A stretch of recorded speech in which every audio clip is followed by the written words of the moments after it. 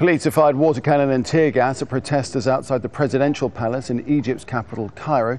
It is the second anniversary of the overthrowing of Hosni Mubarak. Now the demonstrations are against his elected successor. That's Mohamed Morsi, of course. Sherine Tadros sent us this update. Well, for yet another night, we're seeing more violence just at the gates of the presidential palace and the street leading up to it. It all started earlier on in the evening when a few dozen protesters turned up at the presidential palace. They started throwing rocks and stones over the walls of the palace.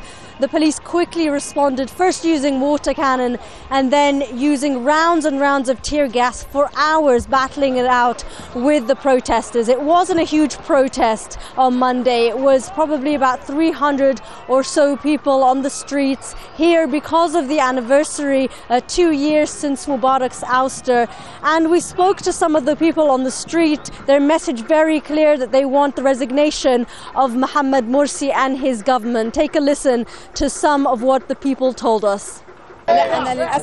Unfortunately, I didn't protest during the January 25 revolt, although I couldn't stand Mubarak. But if I knew this would happen, I would have done something to keep him. I thought the Muslim Brotherhood would be just and give us our rights. Instead, they stripped us from everything we have. We don't acknowledge Morsi as president. Only a quarter of Egyptians elected him, and now he's killing his own people.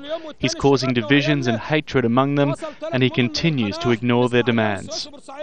More specifically, people have been saying that they want to see reform within the Interior Ministry and the security forces. They say that they're using the same old tactics that the security forces used to use under the former regime, and they want to see the president do something about that. Now, the president and the government, instead of responding to the demands of the protesters or indeed trying to absorb some of this anger and frustration, have instead tried to issue several decrees to curb these protests and demonstrations and try and stop them, essentially. And that has only angered people more here on the streets of Cairo.